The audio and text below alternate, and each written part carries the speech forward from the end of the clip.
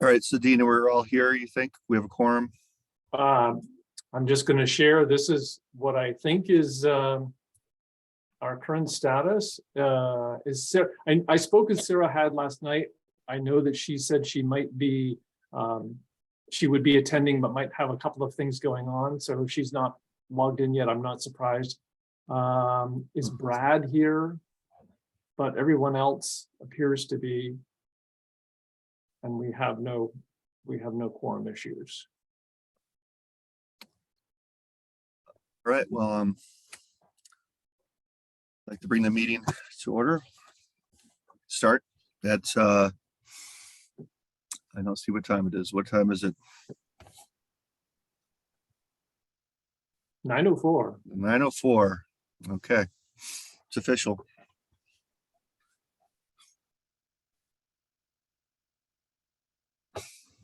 I'd like to bring the meeting to order. Welcome and introduction. It seems like it's the first agenda. Is there anyone here that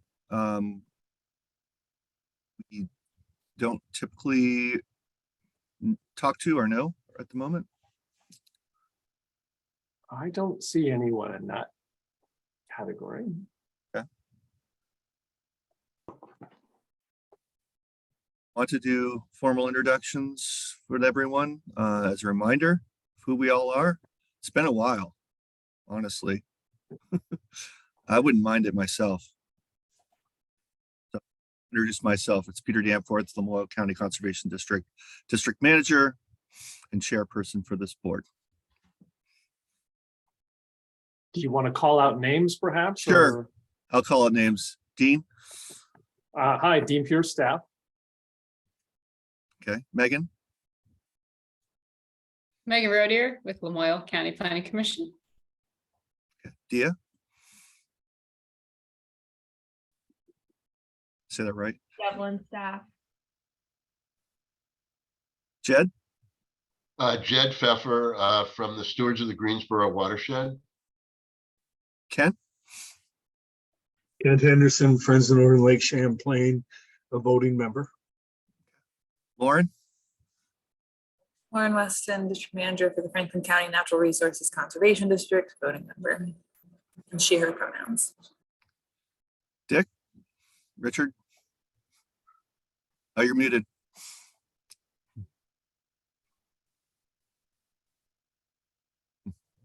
I'm Richard Goff, Lamoille County Planning Commission.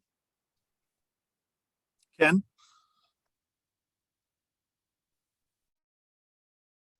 I don't know if Ken, can you hear me? Oh, yeah. Ken Mink, Georgia Conservation Commission. Okay. Emily. I am Emily Finnegan, District Manager for the Caledonia County Conservation District and alternate. Yeah. Sai. Sai Sarpal is the Chittenden County Regional Planning Commission, alternate. Bruce. I'm Bruce Wheeler with the Wolcott Planning Commission. Okay. Catherine. Catherine Sonic, the Town of Jericho, and I'm an alternate. Someone on a phone? That's me. This is Erin DeVries from Vermont River Conservancy. Right. Hi, Erin. It looks like Karen Bates is joining us. She might not have heard that. Hi, Karen. Are you here? I am. Hello. Can you just briefly introduce yourself? We're doing introductions. Oh, I'm sorry. Let's see. Come up with something. Karen Bates, Watershed Center for the Lamoille. Great. I think that was everyone. Did I miss anyone? All right. Well, welcome. We'll move on to our next agenda item, which is reviewing Zoom meeting protocol. And I believe, Dean, it was one of the first pages you sent. Yeah. So I don't know. Do you want me to hand it over, or do you want me to just go through the list? And okay. So I'm in a couple different boards, and there are Zoom norms, but we don't always follow them, apparently. So I guess we should review them. Introductions of all participants, we just did that, which, is a norm. I don't know if we necessarily have to do that, but I think it's good just to get everyone talking. The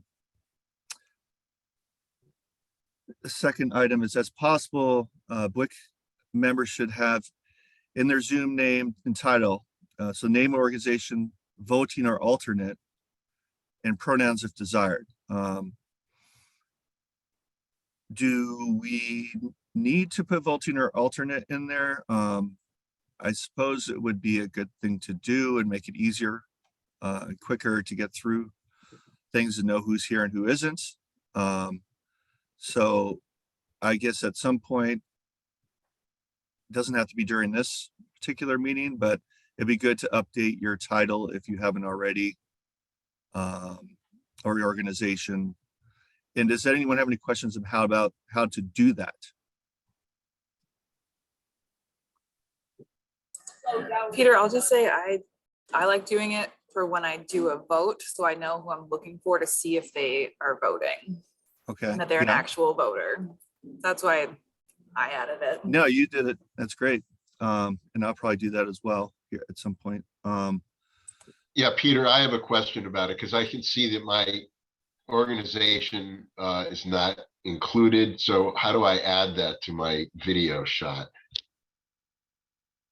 Okay, so there should be a menu on your screen, on your picture, Right. that should offer you that option. Let's see, I've just clicked on mine, mute my audio, stop video, blur my background, choose virtual background. Peter, I can Rename it's what it is what you have at the bottom, and that can, Okay. you can do it there. I mean, it's already been, I don't know who put it on. Was that Dean? Okay. all Yeah, right. but you can rename your own, right? So, and again, we don't have to do that this very minute, but if you have time, go for it.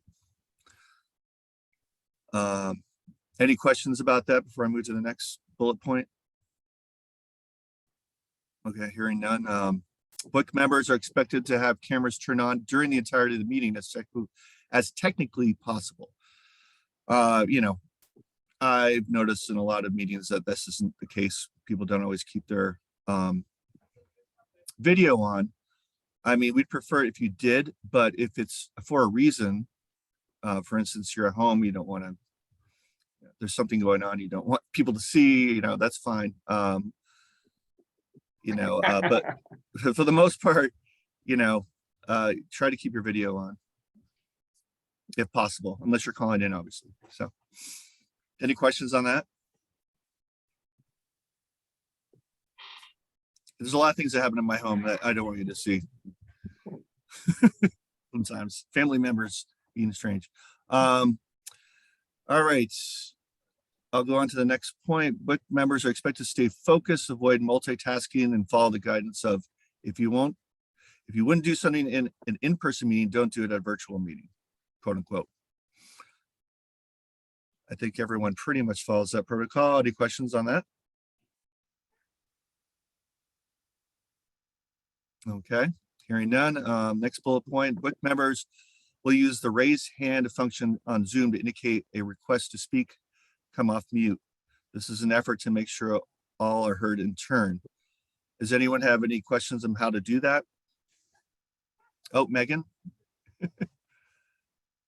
I just want to point out in the fourth bullet, you're missing a T when it says in-person meeting. I think it's supposed to say don't do it in a virtual meeting. Sorry, just a grammar thing. Well, I didn't write this, so I I'm did. taking responsibility. Oh, okay. Well, that's why you would have noticed so quickly. Go for it. Any Here we go, changes? thanks. So, Peter, I'm assuming in this background here around the agenda items that are right up in front, the hand at the top is the hand that we're supposed to click on.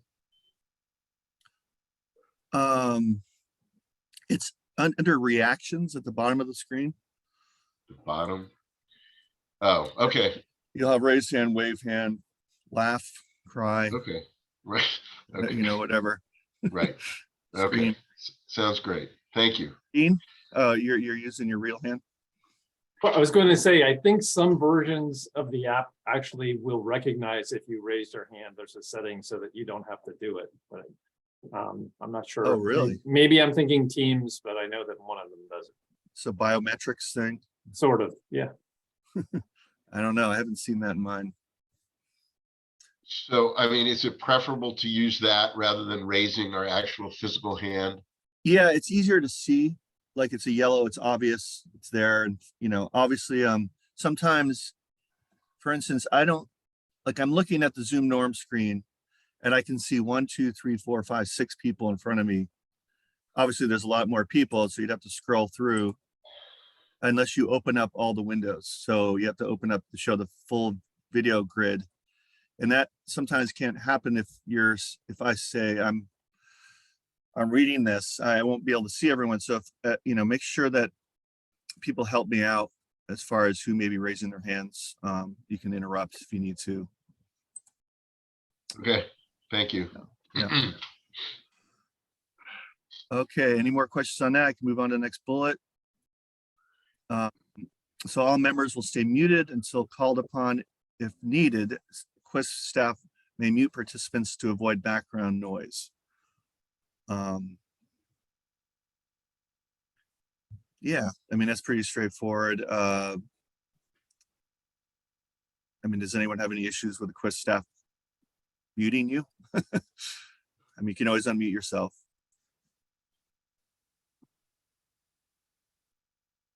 Okay. Hearing nothing. The last bullet point, any comments made in the chat will be read aloud at the appropriate time by the Quest staff in full for the public record.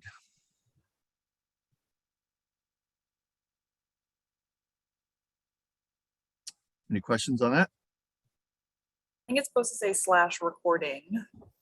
Just in case you're wondering why there's It two. says It's the public same- record record / Yeah, so I think it's for public record and the recording. okay, thank you. I know, wasn't quite yeah. sure what that was saying. That's why I paused and looked silly for a moment there. Okay, well, if we don't have any more questions on that, I'll move on to the next agenda item. Do and adjust and improve agenda. Is there anything here that people wish to add or actually remove or have comments on?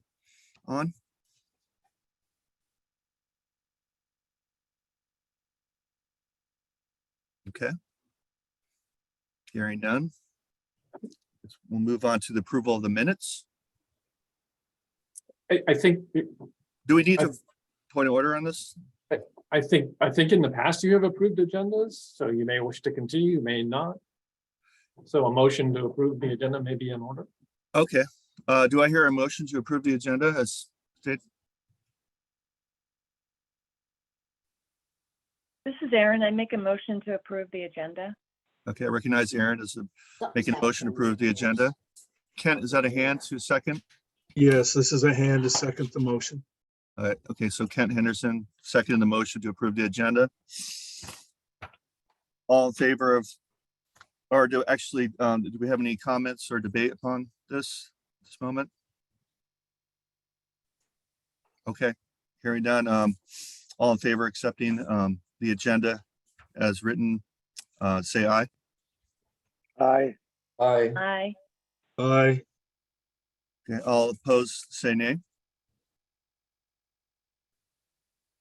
Okay, hearing none. Any abstentions? Someone said something?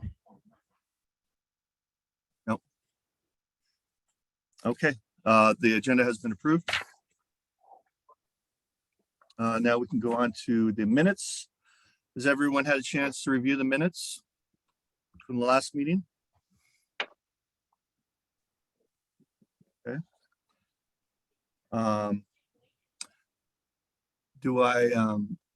Is there any comments or debate upon how it is written currently?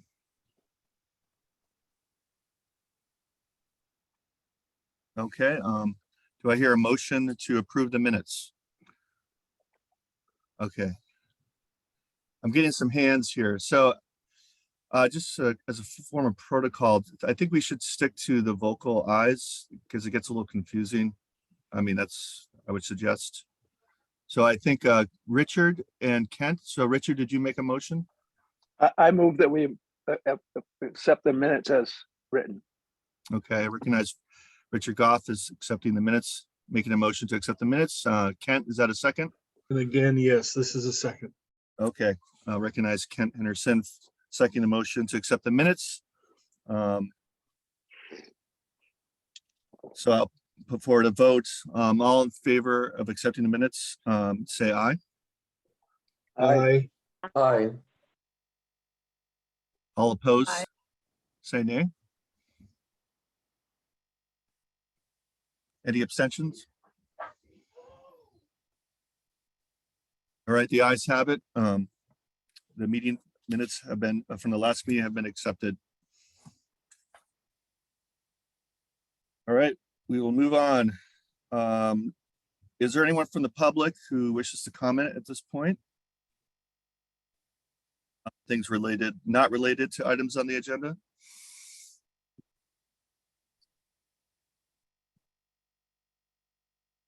Okay, hearing none, I guess we will move on to the next item on the agenda, which would be BWQC organizational matters, representatives / alternates.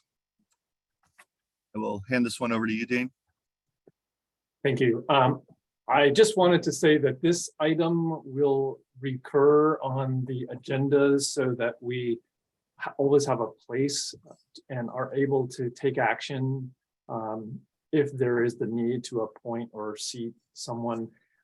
For today, there isn't such a need, but I did want to report on the status of the membership.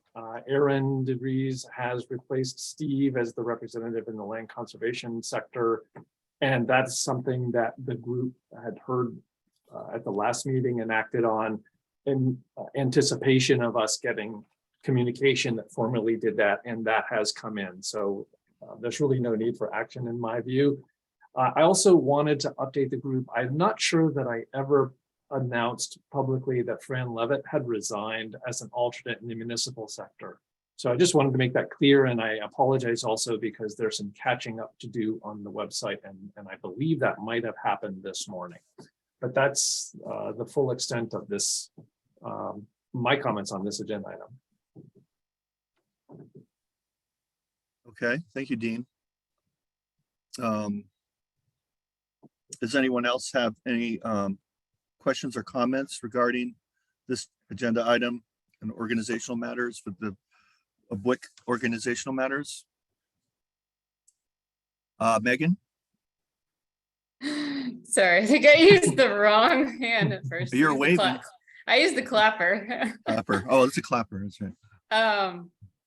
So if Fran has resigned as an alternate, and she was from Belvedere, does that mean that there's an opportunity, like if I know that there's somebody else from Lamoille who has previously reached out to me, is there an opportunity for somebody to take her place? Yes, please. Okay, so with that in mind, I may follow up with you, Dean, and somebody from actually Morristown who had expressed an interest. So, okay, thank you. Thanks, Megan. Anyone else have any comments or questions regarding this agenda item?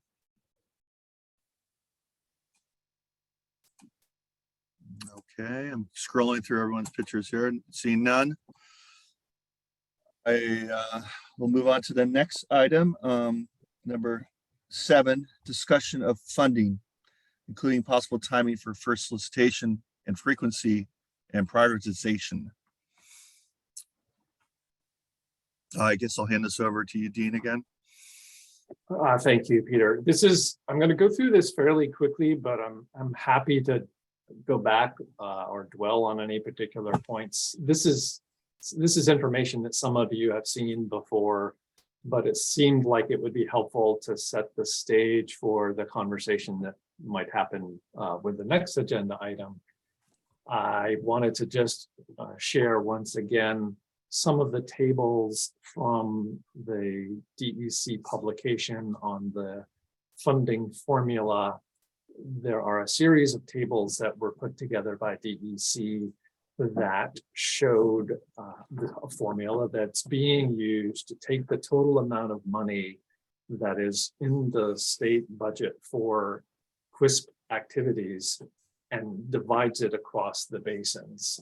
I've zeroed in on the Lamoille Basin and on the total and just hidden the information for the other basins. But for the year that we are in right now, there's a total of $643,000 that is assigned to the Lamoille Basin to cover a range of things that have to do with QUISP and BWQ.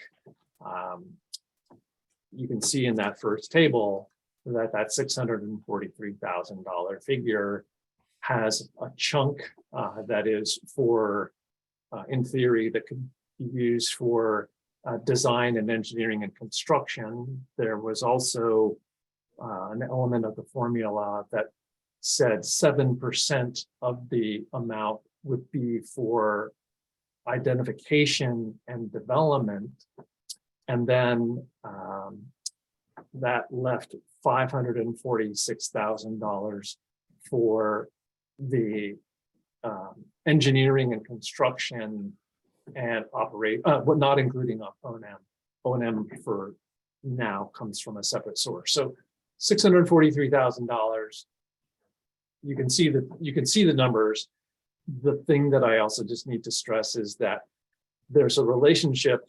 Out of a total amount for a basin, 15% is directed to the QUISP for what I will call program delivery. So out of the 643,000, about 96,000 is available for my time and for all of the things that happen at the Regional Planning Commission that are QUISP related. That is the maximum for a year.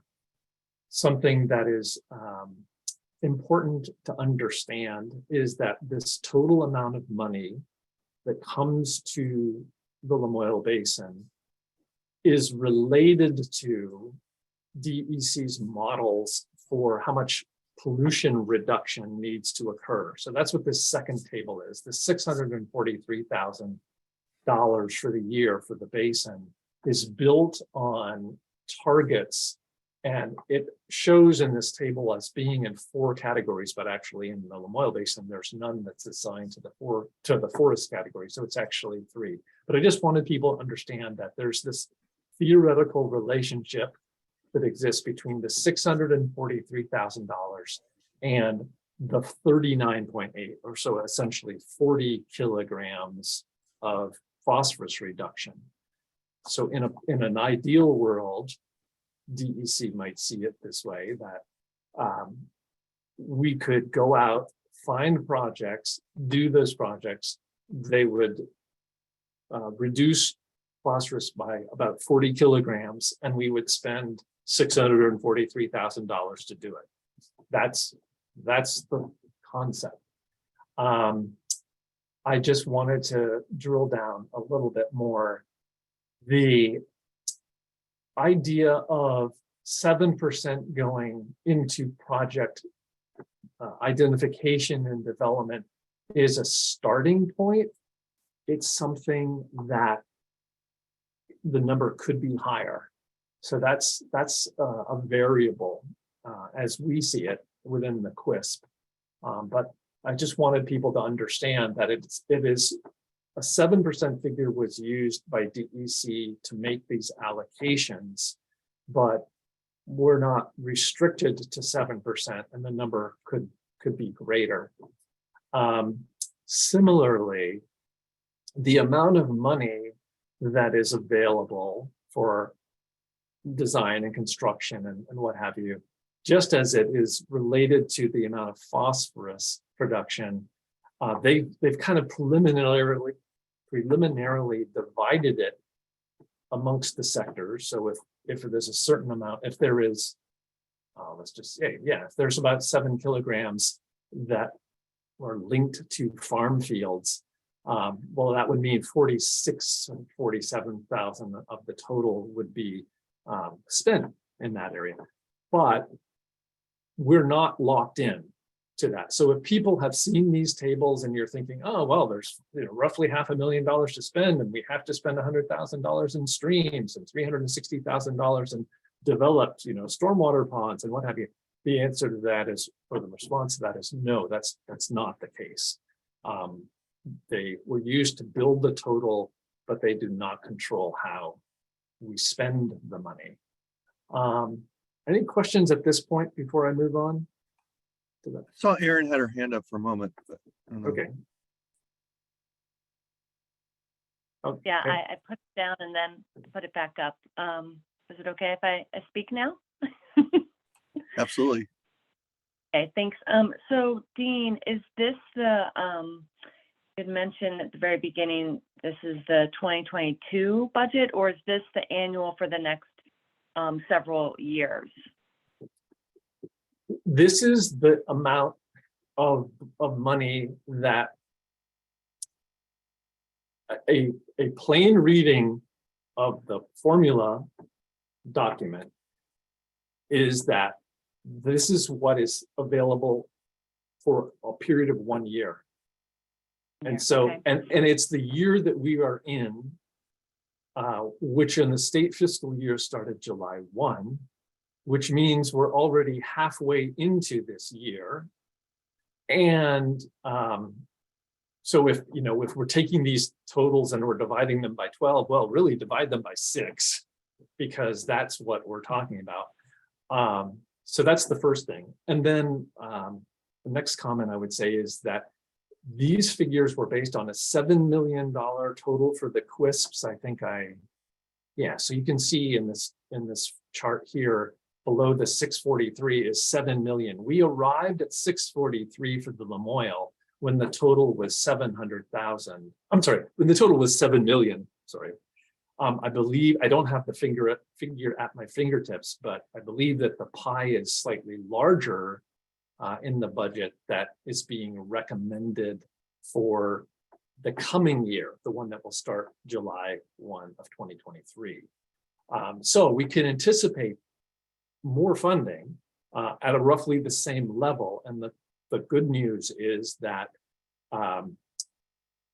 we have signed contracts, and it's not like it goes away. And it's, in a sense, we may be stockpiling, in a sense, the money, unless we spend it, like we find ways to spend it.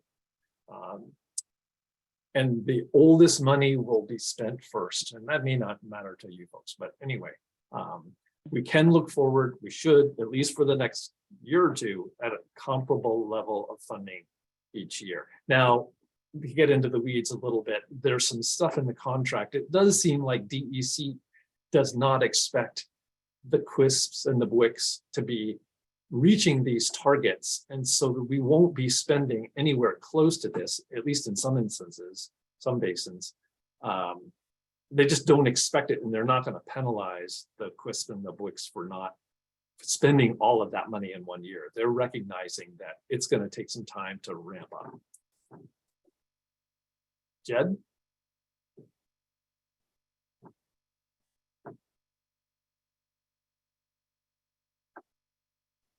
So just to be clear, so the operation and management part of this budget, is that already allocated, or does that get allocated as we spend the money? Well, that's one of the things that I'm going to touch on.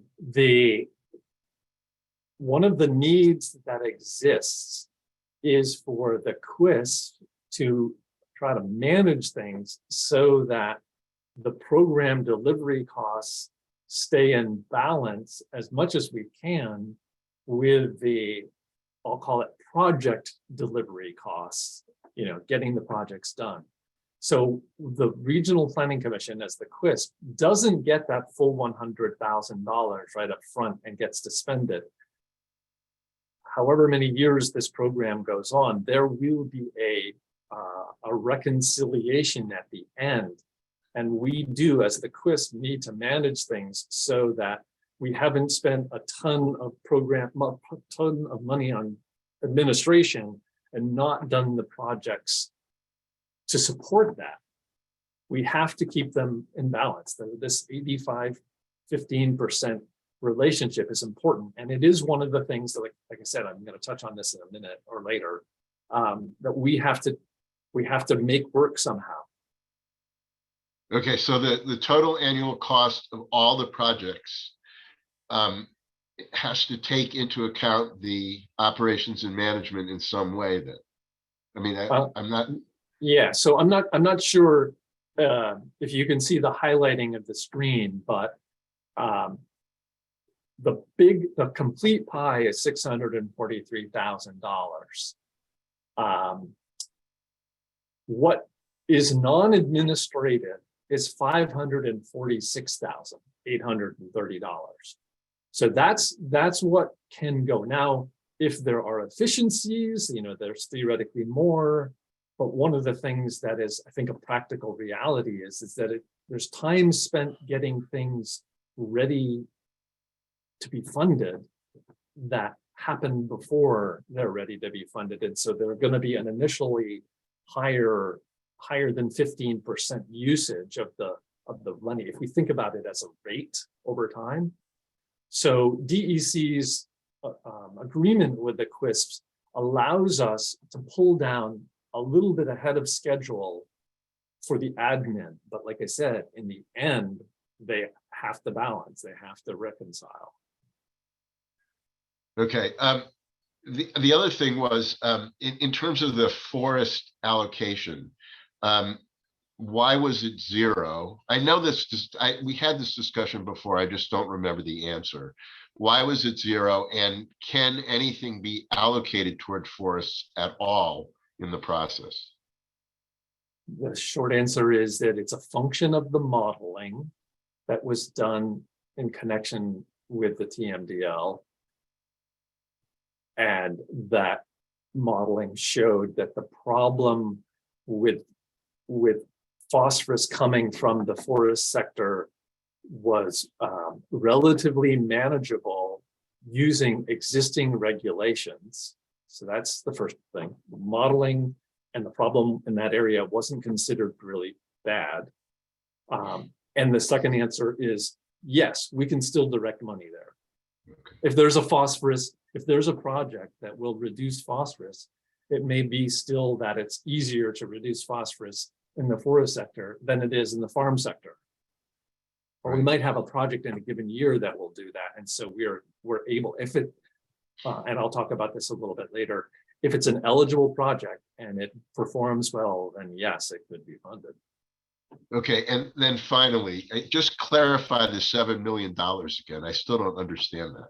Okay, so think of the state has an overall budget. The Agency of Natural Resources has a budget inside that. Inside the Agency of Natural Resources, there's the DEC budget, and there's a big part of that is the Clean Water Program. And the Clean Water Program, that's not exactly, and Karen can correct me if I'm wrong, but there is a significant chunk within the DEC's budget that is for clean water efforts, and that figure is $7 million. Okay, that takes into account all the basin plans, all the basins that are under these councils. Okay. Yeah. All right. Thank you. Yeah.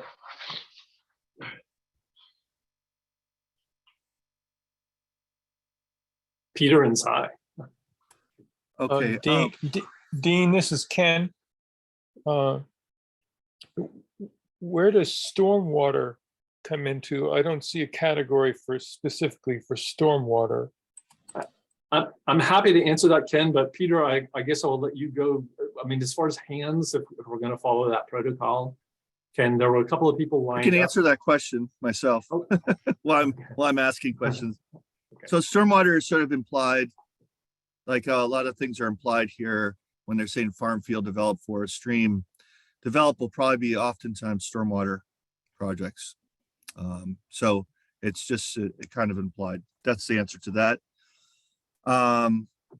Also, I just want to make people aware that, parallel to this clean water service provider funding, there are another group of funding called enhancement grants that'll be happening through the DEC, and those will be for projects that aren't always directly related to clean water or phosphorus reduction, although often they will be, but they have other things such as wildlife habitat or co-benefit sort of projects. And there's a lot of funding for that. So I think a lot of people get kind of freaked out when they see all this money and it's going towards specifically phosphorus reduction and not favoring other sorts of projects. But indeed, there are a parallel group of funding that will service those other needs.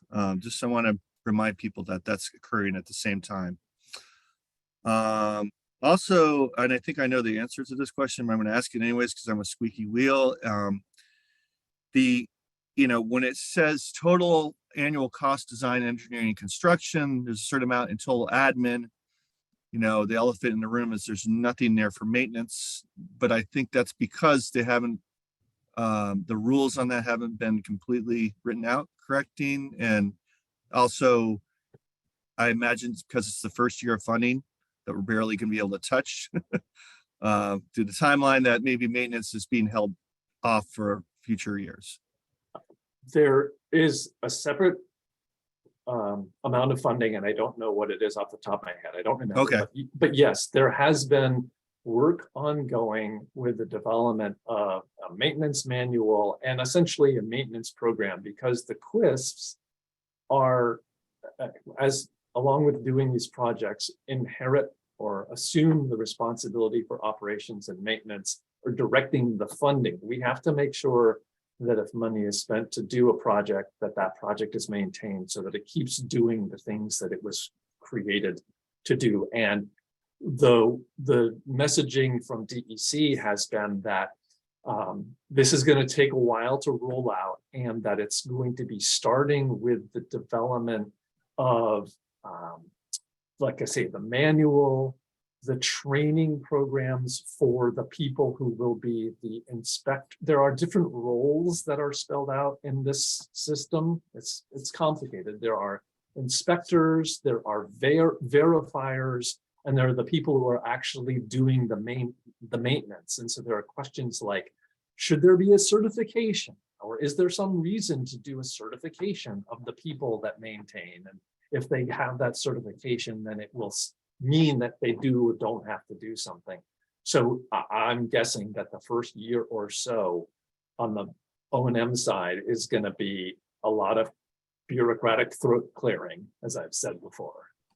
Yeah, I assume that as much. Well, thank you, Dean. I just feel like I always have to bring that up, and because I think it's such an important thing, and that they need to get squared away. We need to get squared away. Everyone, moving forward. Yeah, and if I can just build on that.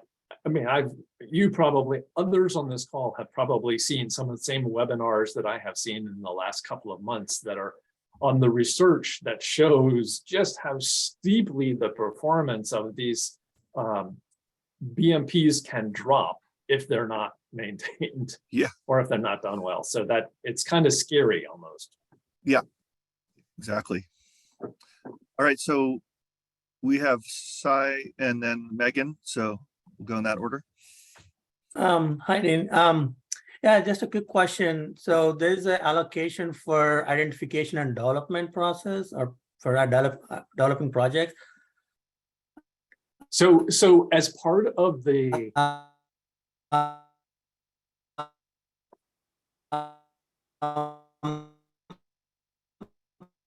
are others struggling to hear him? Yeah, something, I think Sai just froze Is that on our side. Sorry, yeah, maybe my internet was a little. You're back. Okay, I'm back. Okay. Yeah, so yeah, my question is like, is identification development is going to be integral part of the whole project, or is it going to be a separate? Well, so to call something a project is a little bit confusing, because the project for DEC, a project relates to a type of BMP, but also to a phase. So an idea will have a phase as a project, when it's being identified and developed and determined whether or not it's real. So that is, it's kind of like scoping or pre-scoping in your transportation world.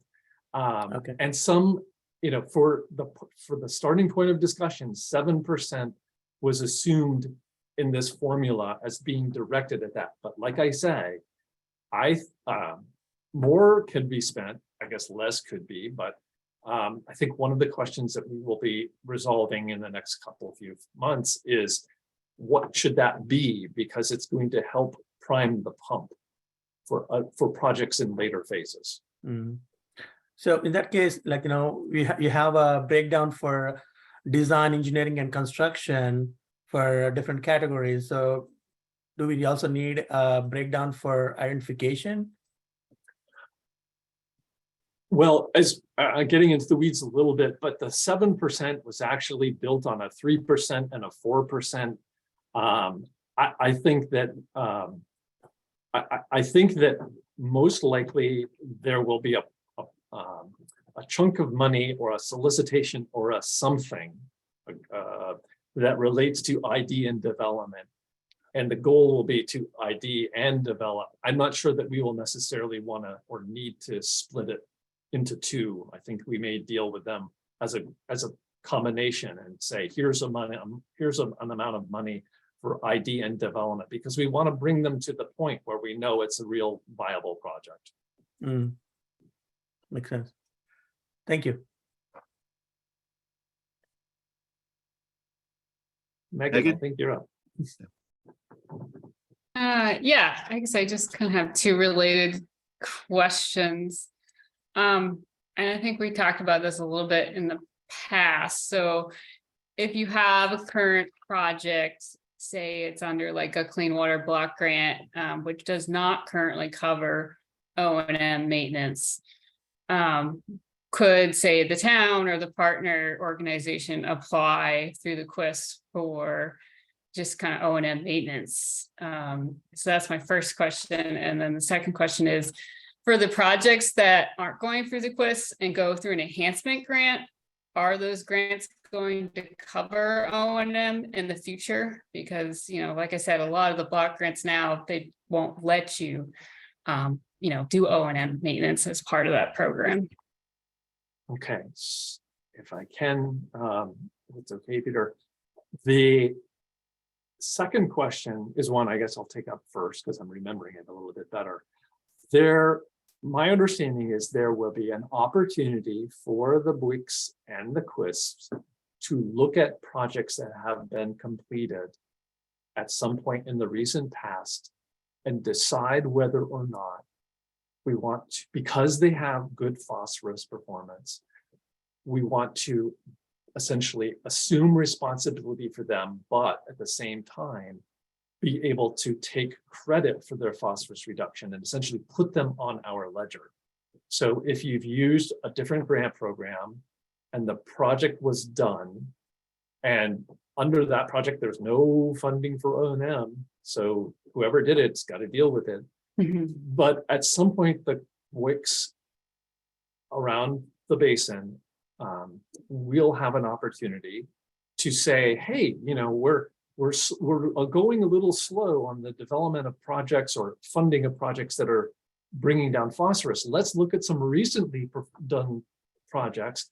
And if there's a good one, or however many, we could say, the QUIS and the BWQC could say, let's pull that in. We will take over the phosphorus credit, but in doing that, the price is we have to be responsible for the operation and maintenance. So in some instances, it could be the case that it was paid for by someone else, but it's brought in, and that there will be some process created and used by the QUIS and the BWQC to decide which ones are worth doing.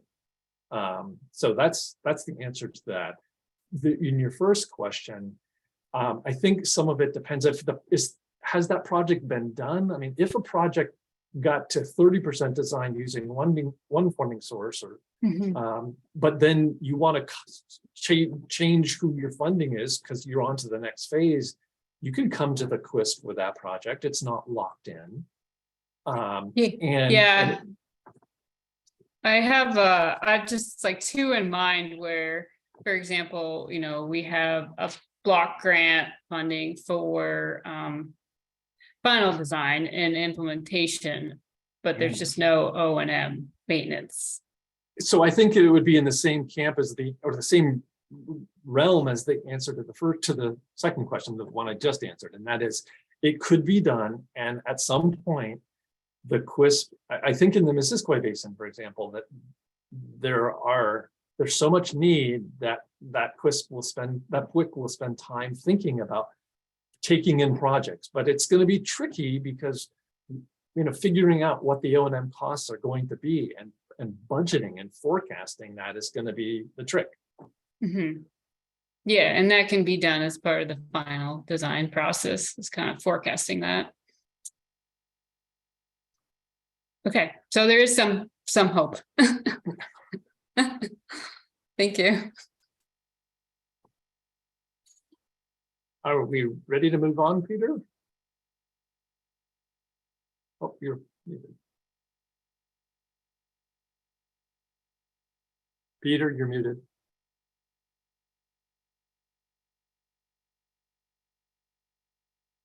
Peter, we don't hear you. Sorry about that. Oh God. All right. So yes, I just was looking to see if anyone had any hands raised or any questions. Does anyone have any questions regarding this section? Or can we move on? I guess we should move on then. Okay. I'm just gonna try to pick up the pace a little bit. I think we've seen this before. The list of project types is really broad. Yeah, I don't need to dwell on that.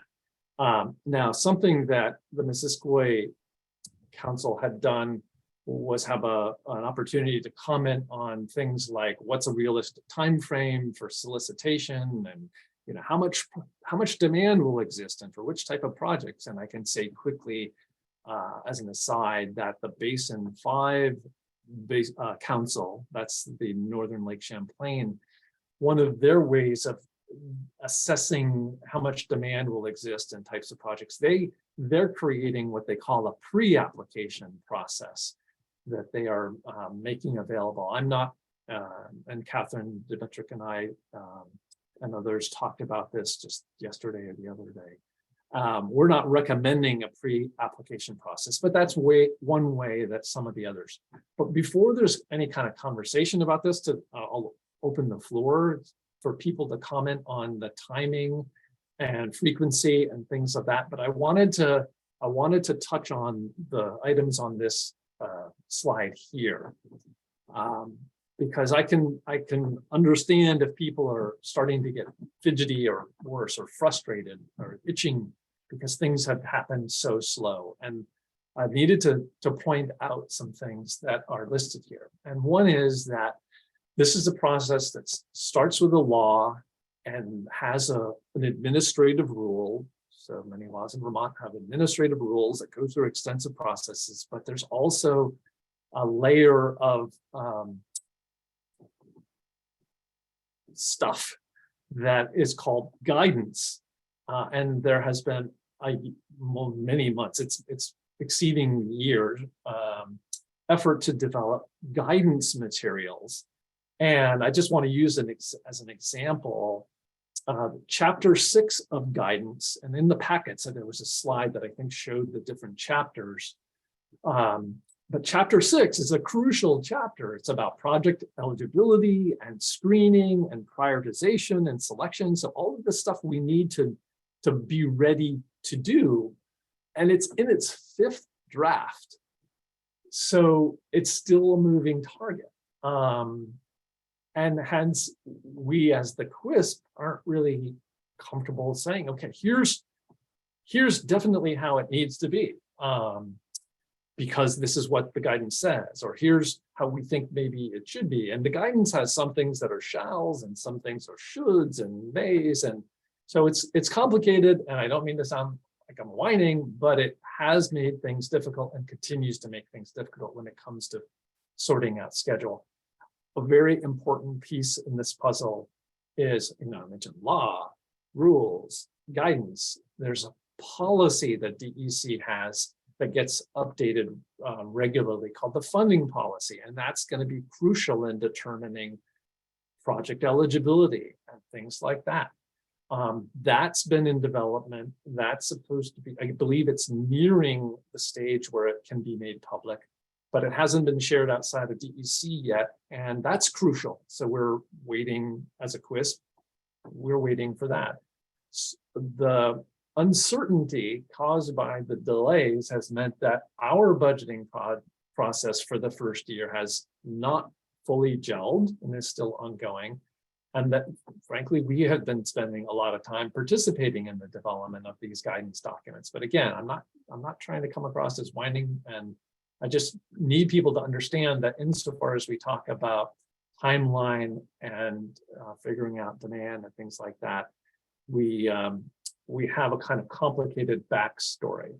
So I'll stop. I see your hand up, Peter. I'll let you ask whatever question and facilitate whatever discussion you might want to have around these questions before we move on to just talking a little bit more about prioritization. Sort of a lead into that. So, you know, you're waiting for guidance from the DEC. And I note that different WISCs are using different sort of strategies because of that. And I just wondered how much input you would have for the DEC as far as, say, prioritization or whatnot. For instance, you know, the Winooski has developed sort of a calculator already, and more or less, you know, defining, you know, ranking and prioritization of projects,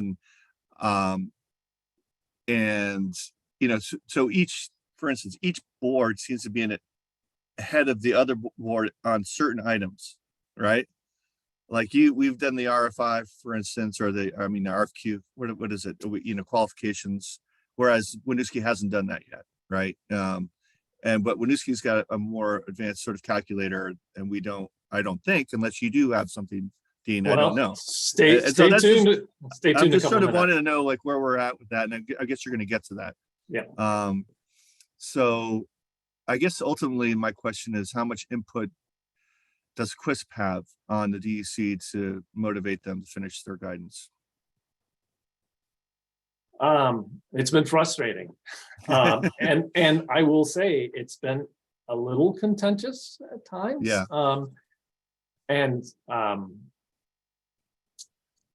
It's been frustrating.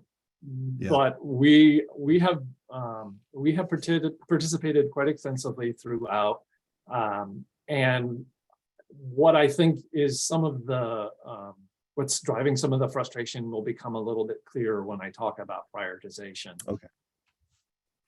That's one example.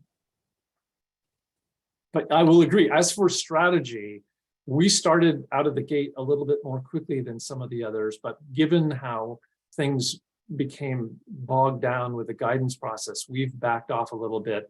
And that has meant some of the other councils and QUISP have moved forward on some things. And frankly, I think that Basin 5 and this pre-application process somewhat just reflects that they want to do something, and they want it to be somewhat constructive. They don't want anything to be locked into place, but they probably just got tired of waiting. Right. But I understand the fear of, like, you know, developing something and then it turns out to be not at all what is in the guidance. And Yeah. Well, I understand that. I think fundamentally there's a reckoning that is going to happen at some point that has to do with the balance of power. I mean, who ultimately calls the shots about which particular aspects of this program? And I think that that's what's being, you know, worked out now, because that there are disagreements about what does the law mean, what does the rule mean, and what is it that someone might like or want versus what they can actually require. Because the QUISP ultimately have been arguing for flexibility to say, hey, you know, one system for the entire state might not work. And these things might need to reflect regional or basin variations. It seems to be kind of baked into the the process, but we are not always seeing that in some of the guidance documents, but I can say hands up. I can, your frustration is palpable. Kent, you have a question? Yeah, it's more, maybe it's more of a comment, and I really thank you, Dean, for bringing these issues up and being so transparent about what's going on. I don't consider this to be complaining on your part. I consider this informing the council, because I'm getting questions. I'm getting questions from my own board, my own organization, and then also dealing with new legislators. We're headed into a legislative session, and we're going to have to be providing explanations to why this money is not being used for cleaning up the lake at this time. I'm really hoping that those issues and part of your explanation will be part of these minutes, because I need these points as I talk to the new legislators and go back to my board and explain what we're doing on these councils. Because I understand that's one of my functions that I agreed to when I agreed to be a member of this council, was to be reporting back. So thank you very much for putting this out. I know that, like, from our organization standpoint, we had our board meeting Monday, and we were asked very directly, what projects do we have in the loop that are going to get QUIS funding? We are working on the, getting information together for these applications, so we're not the ones holding the process up. And I think it's because you provided this information, between what you and Dan have provided to us. I think that we, I don't think it's going to take us long to get these applications in. So I'm just going to, say you're really on the right track here. Thanks. So do we want to continue? We're an hour in. Do we want to talk a little bit about prioritization, or do we want to talk about these questions? I mean, I'm sensing people want, understandably, they want the solicitations to happen as soon as is possible. They want the opportunities to seek funding to be as frequent as possible. I'm guessing that people here might think that, but people should have the chance to share their thoughts on it. Well, I think if you start talking about prioritization, I think that would be a good Okay, I'm place happy to to start. do that. And questions could arise. Okay, so I'm gonna, in the packets, there were some slides. I'm gonna make things a little bit clearer here.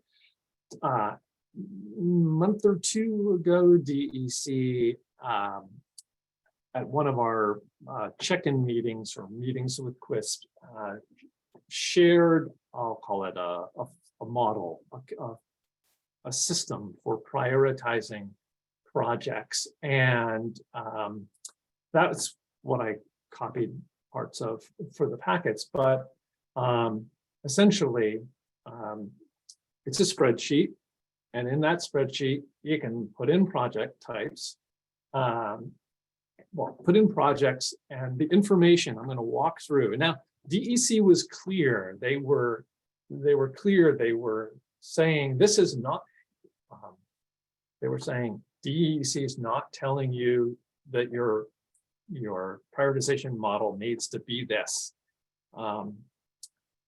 However, I will say that I see a very strong connection between this model and what is appearing in the guidance documents. And so it's, we're struggling with that. But some important things about this system DEC's talked about to keep in mind.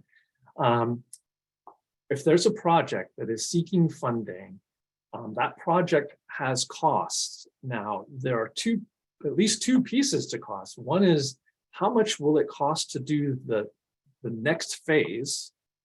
Because like I was saying earlier, projects exist at different phases. Even though it's the same place, the same effort, it's considered a different project. But a project has phases. So one aspect is, how much money do we need to go to the next step? But maybe a better indication is, what's the total cost of bringing the project to completion? Because that's the full representation. of course, if we have a project that's early, coming up with the total cost, it gets more subjective. But DEC is highlighting the importance of what's the cost for the next stage and what's the total cost. Okay, any questions about that yet? It's just the two elements. Something that has been very clear from the very beginning is, okay, we need to understand how much phosphorus a given project will reduce. How much benefit we'll have in terms of phosphorus reduction.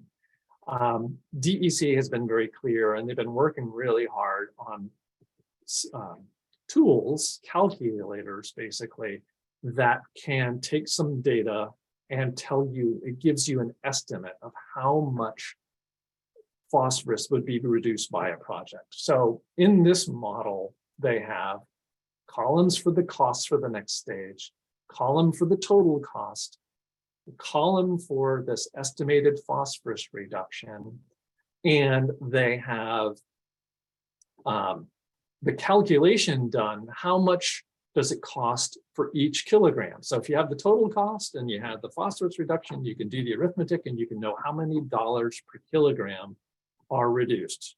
Everybody with me? That's just a. Now, one of the things about projects is that they have different lifespans. So what do you do? What do you do with a project with a short lifespan versus a long span? So they've basically said, okay, put in the number of years, and they make an adjustment. And they put everything in terms of a 15-year lifespan. So I'll just leave it at that. And then that's kind of like making it possible to go from apples and oranges to apples and apples by saying, okay, if you've got a project that's got a lifespan of 15 years and you have one that's got a lifespan of 7.5 years, then it's essentially half as good because it has half the lifespan. I'm going to gloss over things a little bit, but they are looking at having some average costs and ratios between the calculated cost and this average in order to come up with a score. And basically, that's what they're doing in terms of saying cost effectiveness for a project. And you see these things, you have these ratios and they produce scores through a formula. But anyway, that's all with an eye towards saying, here's a number to reflect cost effectiveness for phosphorus reduction. And if there aren't any questions, I'm just going to keep moving on, and then we can talk about their system overall. They have also built into their model some scores for the cost of operation and maintenance. So you can have a maximum of 4 points. Long-lived projects, so if it's got a lifespan greater than 15 years, you can give it more points. How well the project fits with the basin plan, that's 4 points. They have some optional criteria that bring uncertainty into play. And then there's a whole grouping having to do with co-benefits. And anyway, with their system, they mash all of these things together and they produce a score, and then with the score you can create a ranking. I just will go back to say that their cost effectiveness category is 60 points. That was, again, they're not saying this is what's required, but 60 points. Others 12, optional 8, co-benefits 20 was what they had sketched out. Any big picture questions? Because it's not our system, but I just wanted people to get some understanding of what their thinking was on this before I talk. And I think I see Lauren's hand. Either you want to recognize him? Yeah, Lauren. Just 2 questions on these other required criteria. The design life beyond 15 years, shouldn't that go into cost effectiveness? And then conformance with the basin plan. Just curious about what that really means, because basin plans are only updated every 5 years and things change in 5 years. And so what does that really mean? Yeah, well, they have, and again, they have a maximum of 4, and I think I'm remembering how they maybe Karen wants to chime in, maybe would prefer not to, but I think what you're pointing out is that it can mean different things. And boy, the lifespan, if the lifespan is used in cost effectiveness originally, why, shouldn't it be in this first category? Isn't that where it belongs? I hear you. And I see two more hands up. And I guess I'm just going to say, I might address some of these when I talk a little bit about where we seem to be, the direction that our the QUISP is looking at going. And the way that we are looking at things is influencing the kinds of comments we are going to be making on this latest draft of the chapter 6. Okay, I see Jed and then Karen. So Jed, I recognize you to give a question. Okay, so since this seems to be very discrete and concrete, and yet it's, I mean, is it supposed to be a rubric for the councils to follow? I mean, is that the reason that they put this out there?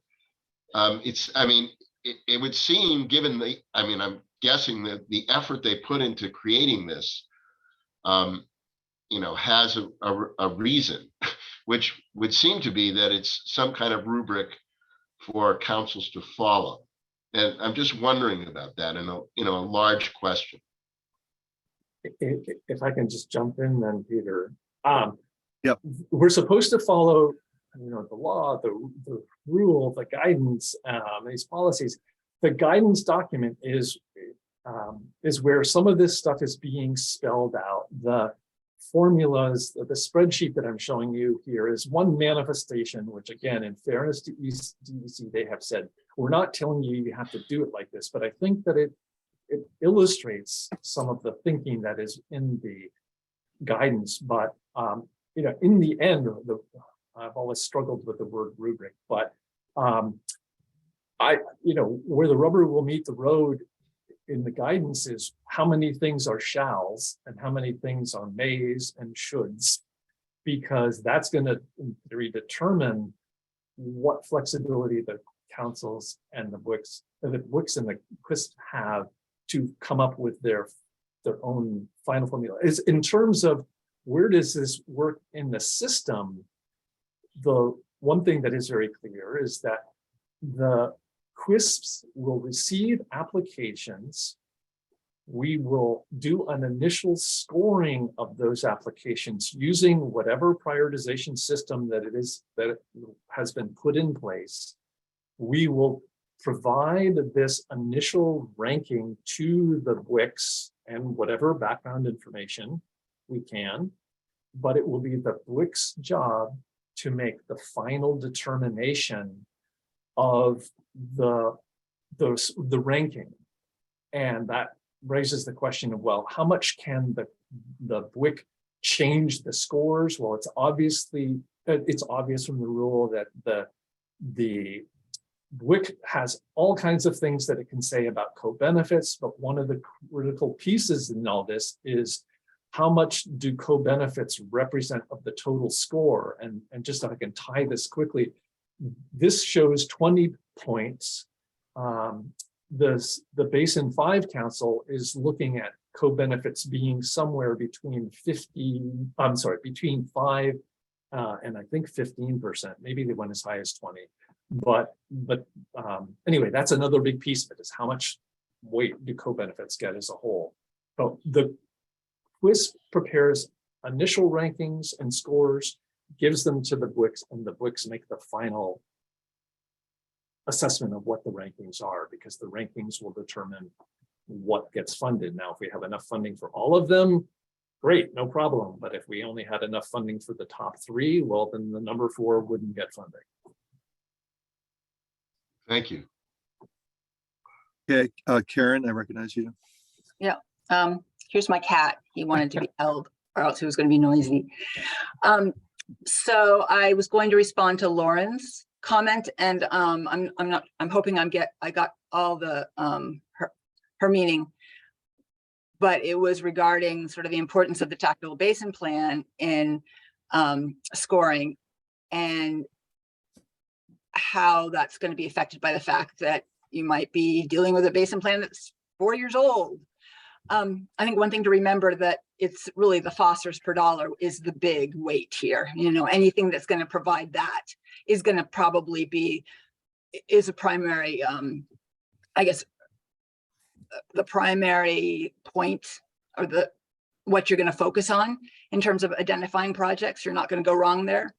And then where the tactical basin plan might, you know, change perspective, it's probably more going to be as guidance rather than thou shalt not do something, because the tactical basin plan for the most part is really following the agency's clean water policy, or the clean, and which is following the Lake Champlain TMDL, you know, implementation plan and the subsequent phases.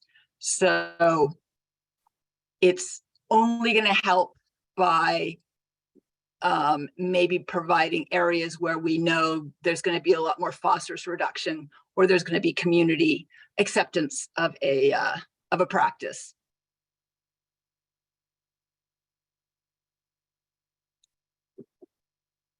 Great. Okay. Jed, do you still have your hand up, or did? Okay.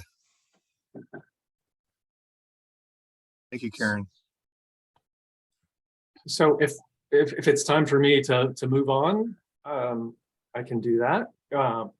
Also included in the packet, so we had the DEC approach, example, sample, what have you. This is a little bit complicated, but I will break it down, color-coded by the categories that are defined in rule. So hopefully that helps people a little bit. But it's important to understand, or to remind ourselves, that the criteria that are defined in rule clearly, unambiguously, are pollution reduction, cost effectiveness of that reduction, design life, cost of O&M, conformance with the basin plan, co-benefits. It's not mysterious. It's not, it's not really that difficult to understand at all.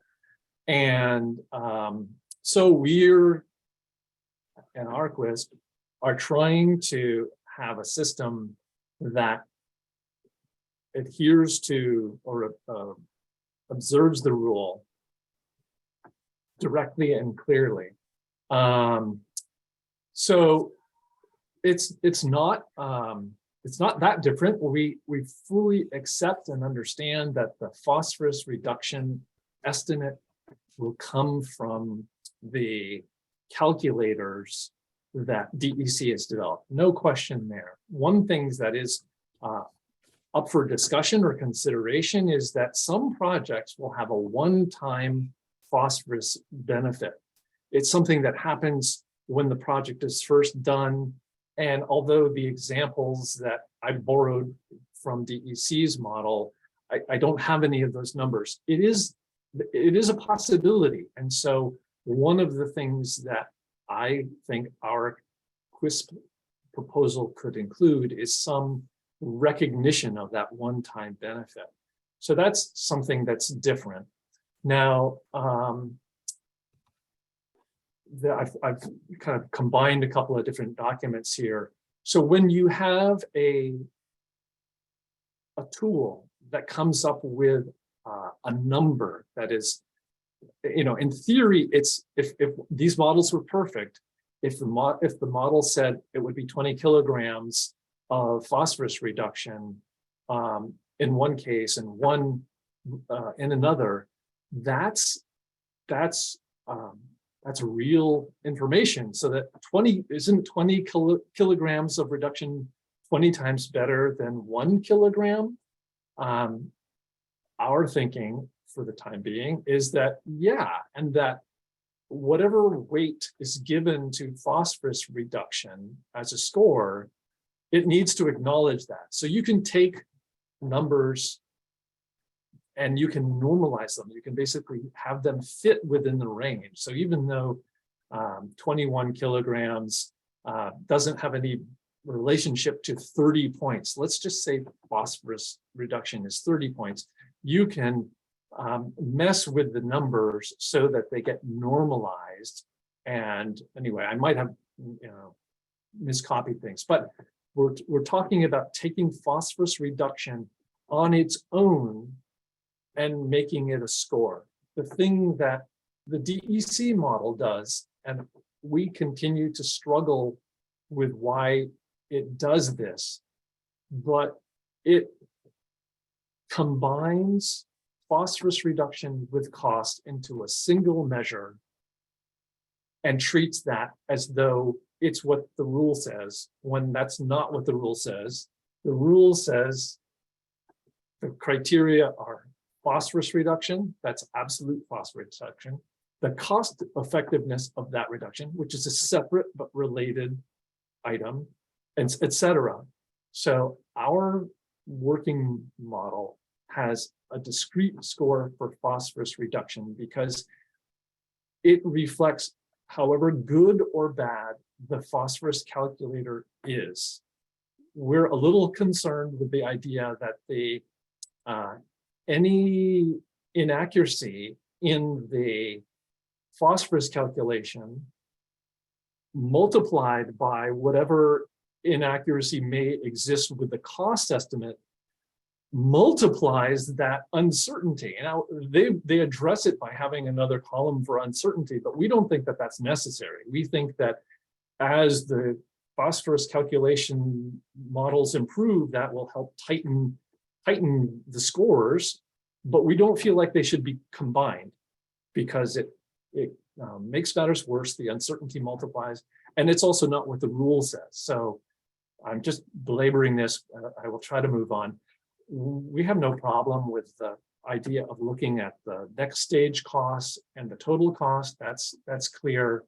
We think that the measure of cost effectiveness, at least initially, should just be a simple, straightforward arithmetic calculation, because that's what the rule says. Now, we understand that design life is a consideration, but instead of synthesizing it again into this single variable, we think it should be a standalone variable and that scores should be assigned to it. Similarly, cost of operation and maintenance should be its own score. However, you see a lot of zeros here.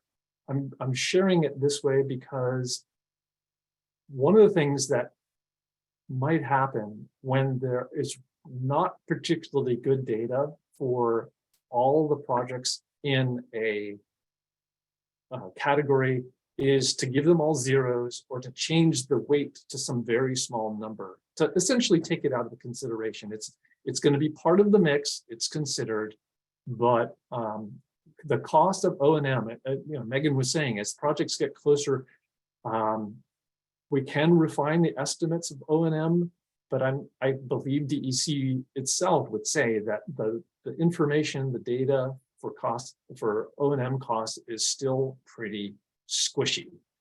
And then the last two, if people can stick with me, is a category for conformance with the basin plan.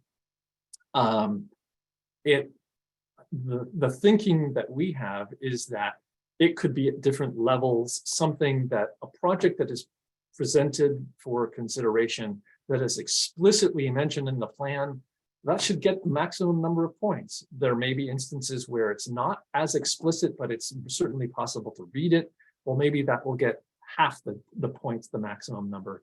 But I guess it would be fair to say that we think that it might be a little bit more than the scores. Here, this is 10 points out of 100, and DEC's model was, something in the realm of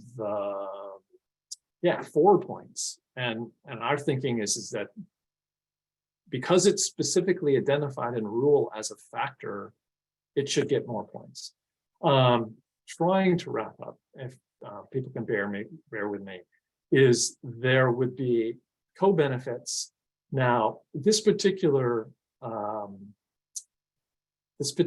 illustration is not necessarily showing you the scores, because our mantra is that the calculation of co-benefits when the QuIS staff reviews it the first time should be very simple and allow the council to make a more in-depth investigation.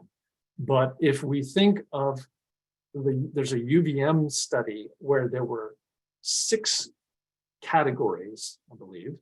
And so if an applicant says, here's our project, and it meets 4 of these categories, we don't question it. They just say that 4 of those categories are relevant, then it would get 4 points. If one got, or it would be given an initial assessment of 4 out of 6. If it was all 6, it would get 6. But we want it to be very, very simple. And because it's not representing a huge portion of the total, it's only going to be a factor when we are short on money and we are looking at projects that are right in the edge of what we can fund, but what we can't. And that's where the BWQ would be spending its time and effort determining, this one has a little bit less phosphorus benefit. It's close, but it has really good co-benefits. And that might be what is the rationale that's used to adjust the rankings and making the final determination of what gets funded. I've droned on and on and on. I'll stop for now to let people react or ask questions. Okay, before we do that though, can I just, we're at 10:25. I wanted to ask do we have a, let's see, agenda 10, is there any project sharing that's going to happen today? Well, that depends a little bit on Ken. Ken has suggested one, and I have a link for something if you wanted to talk about it. But Ken, I guess I would just ask you, do you want to make a presentation or would you rather just save it for a future meeting? Dean, I think being that that presentation is a bit dated, we probably, it might not be the right thing to show. Okay. So we will not have one. Peter. Okay, so that frees up some time. So I just want to kind of set some limits maybe on, how much time we're going to spend on everything. We have some questions regarding everything you just said, Dean. So I would say let's give 10 minutes at the most for questions, and then we can move on to the next agenda. And Jed, I see your hand is up. Yeah, so a couple of things. In terms of how they determine this, the amount of phosphorus that is reduced, I'm guessing that they use, past experiences, to call on, particular instances on projects that occurred before where so much reduction of phosphorus occurred at that particular site. I mean, I don't know how else would they come up with these numbers. That's my first question, is just, basically, how do they come up with these numbers on phosphorus reduction? Go ahead, Dean, if you're, yeah. Yeah. So the short answer is research. And also I'll defer to any engineers in the meeting that want to address this also. But yeah, the short answer is research. There are studies done in universities and elsewhere that will look at a particular type of practice and study the different parameters and measure its performance. And those enough of those studies considered together allow the science to develop to say that you put in these variables and they have these relationships, it will have this impact. So it is not a study of a specific site to determine what that site will do in the future. It's taking this body of research, the literature, and creating formulas that represent different practices. And so these formulas are practice specific. So it might be, how does a gravel wetland perform? How does a detention basin with these characteristics perform, and so forth? Right. Okay. And then the second question was that in terms of co-benefits, I mean, they show a score, a numeric score.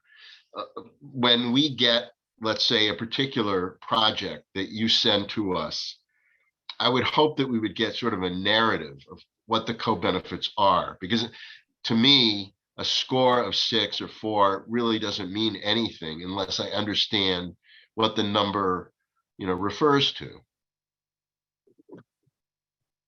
Yes, I understand. You would need to know, at the very least, well, what type of co-benefits? And so, yeah, information about, I mean, this is looking forward.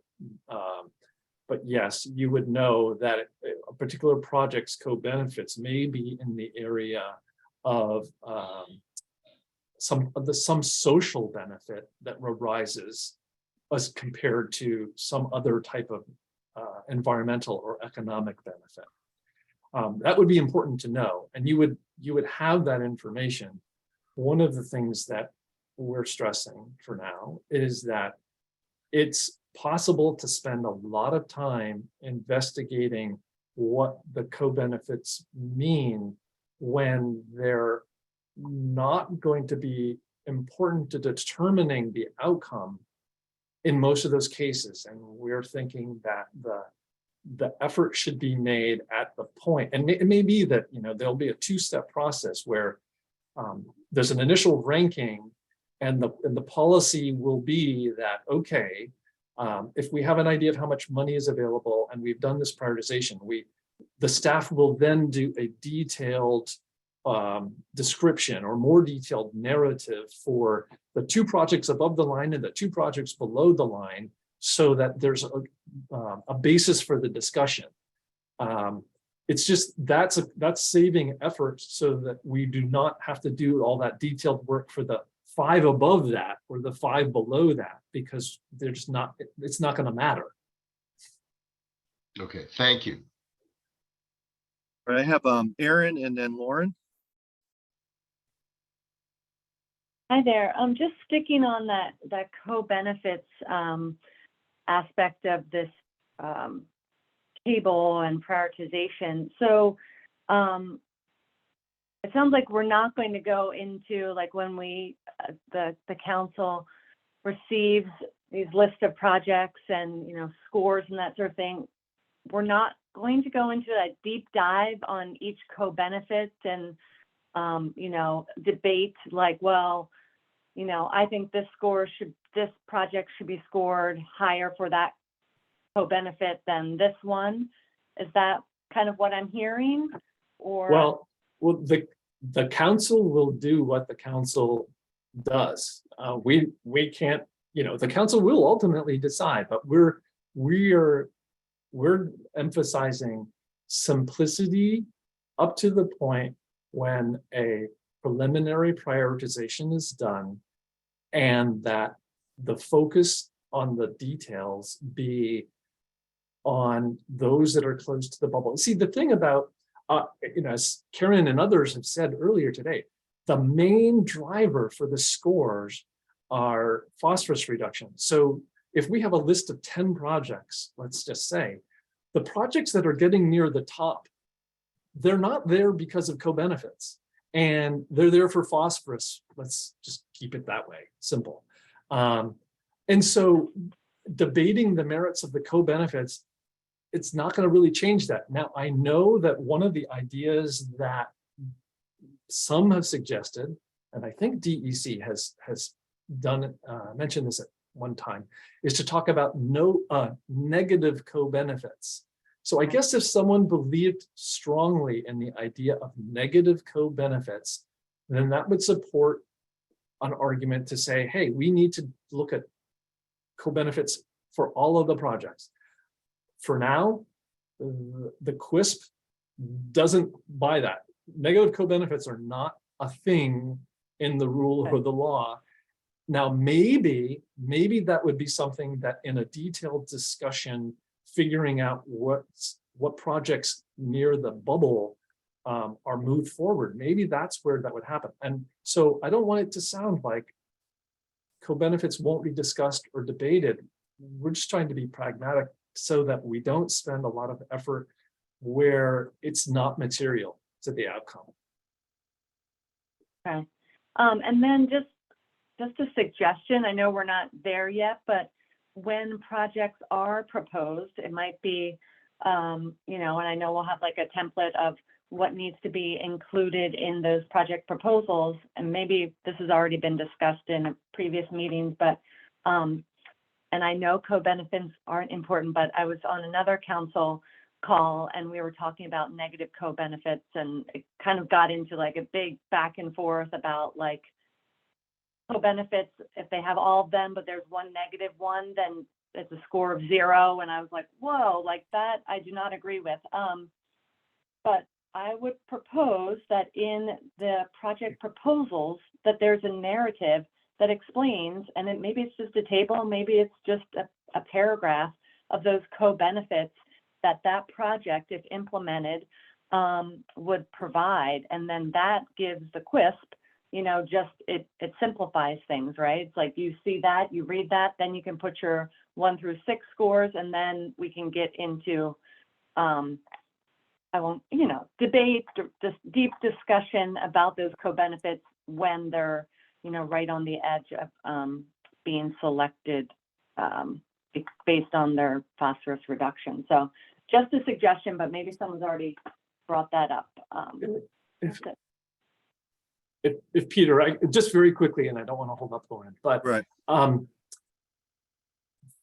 That's a really good piece of input. One of the things that we're also thinking is we want the process of applying to get a project in consideration to be as simple as possible. And so if the groups and if the organizations making the applications don't think that would be making it a lot more complicated than it needs to be, I'm happy to ask for that. But our thinking has been, we want this application process to be really simple. And if there's friction that will make it less simple, we want to reduce it. But what you described sounds like a good middle ground. Great. So, Lauren, and hopefully maybe this will be the last question for this, because I think the next item on the agenda kind of moves seamlessly along, you know, and it could just sort of be a tag on to what we're currently talking about. But go ahead, Lauren. I'm just curious about the idea of easements going through QUISPs. Because they haven't. I've never gone easement. I get somebody who's interested in one, I give it to my river scientist or I give it to somebody else. I've never brought one through before and been a project manager in any type of way. So I'm just curious as to how that works. That could be for another time, but that just seems like a project type that I'm completely unfamiliar with how project managers will be bringing forward. Well, this is all new. And so it remains to be seen whether or not easements will be a big part of the work that the QUISP and the BWQC do in terms of prioritizing projects. But I think that there are reasons why the law and the rule talk about the membership of the councils, including representatives of land conservation organizations, because it's expected they will be parts of the mix. If what you're asking is because not everybody, you know, there are organizations that specialize in holding conservation easements, and so it may be a limited number of proponents. You know, maybe that's some of what you're getting at, Lauren. But I guess I'm thinking of it as being, you know, some of the vexing aspects of the easements is if it's a permanent easement, then we have to make some, we have to be comfortable with how do we factor in its perpetuity when we are talking about its benefit. But I guess I'm not struggling with it quite as much, but the first one will be a learning experience for all of us, I'm guessing. Yeah, I guess I just wasn't necessarily sure that how much DEC money goes into those easements, I guess is part of it. And I guess the question will be ultimately how much phosphorus benefit is going to come from holding that easement.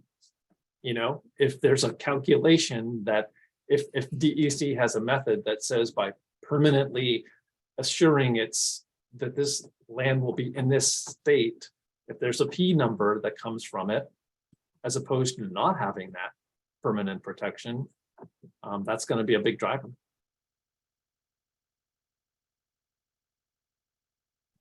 I think I saw Megan's hand up, but she took it down. And maybe just for the purposes of moving this along, I would suggest going on to the next bullet point, which is somewhat very much related to what we're already talking about. Is that all right? Yeah, from where from here?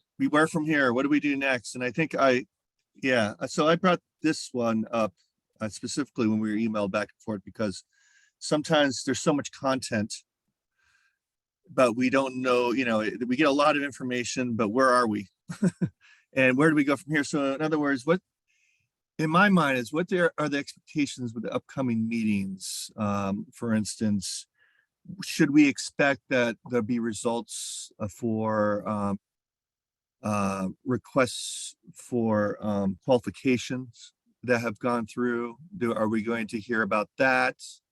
I will be telling you more about RFQs, at least a bit of it at the end of this meeting. Okay, great. And then expectations as to where you think in the next meeting. I mean, I'm just giving you ideas of what kind of questions we could be asking. Like, do you foresee, based upon the guidance from DEC, that the next meeting will have a clear idea about these prioritizations and these calculations and co-benefits? Do you see something more solid in the next meeting or not? That kind of thing. But I'd like to open it up to the floor, basically, for people to ask questions based on this question.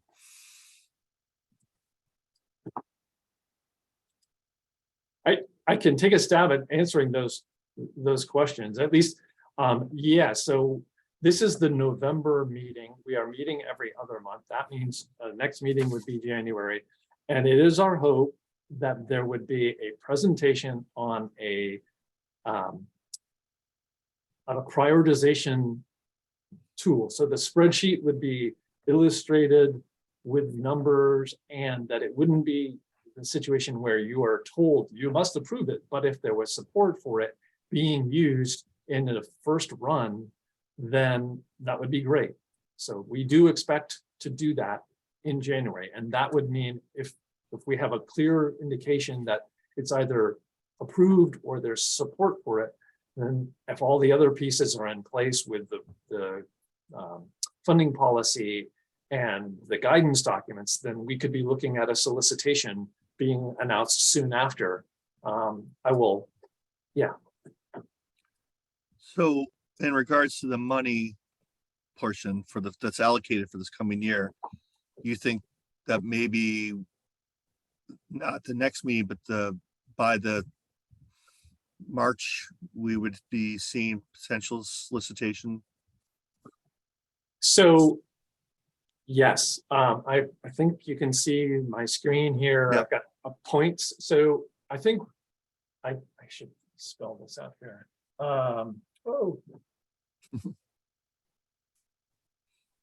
So the presentation of a ranking model is one key thing that we would hope happens in January. Something that's also going to be important, and it's going to be related to the finalizing of the QUIS budget for the next 6 months. And that is the split between project idea and development and implementation. So this 7% or some other number question is going to be a very important question, because it's going to carry through where we are soliciting projects from. And the question, it's clear from the rule that the councils will be prioritizing or directing funds for idea and development and for implementation. So we have to figure out what's the split of that pie, and then how are we going to go about getting projects funded for idea and development versus implementation. And I guess I'm going to go a little bit further and say it's it's possible that the 7% could be a considerably larger number. And that's going to have implications. It's going to mean that we're going to open things up. And it may be that it's a grant, like a block grant. And we just will say to partners, okay, make a proposal for ID and development in the form of a sub-grant. And that we have to do that on one track. But if the council's on board, that's how we do it. And that the other track is a solicitation for projects for development and for implementation and O&M. So it could be that things split, but the first step is going to be getting some agreement or establishing what the split is for ID development and everything else.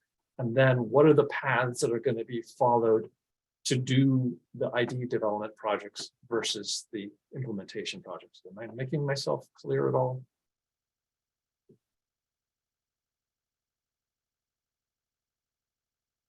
And then this, just so that you are seeing it. I mean, one other question is that this will have implications for staffing, not only for the quiz, but for partner organizations.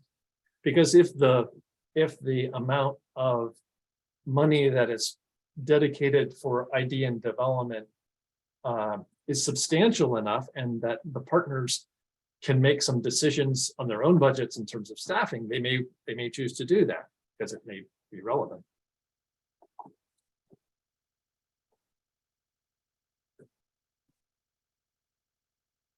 Okay. Did you want to go through your other points? Or does anyone have questions at this point?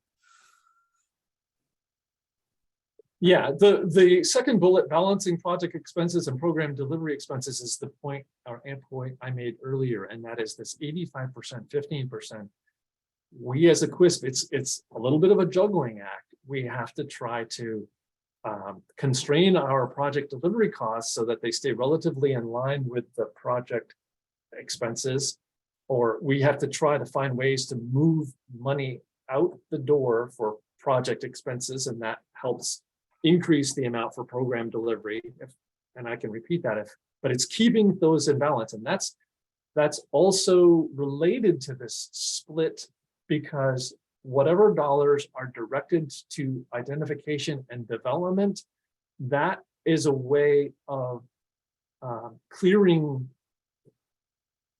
Yeah, it's putting things so that we can balance them out with program delivery costs. So if we pushed a lot of money out the door for ID and development, then we can go, phew, because that's offsetting program delivery or administrative costs. It's kind of a way of thinking of this is that maybe an easy way to spend money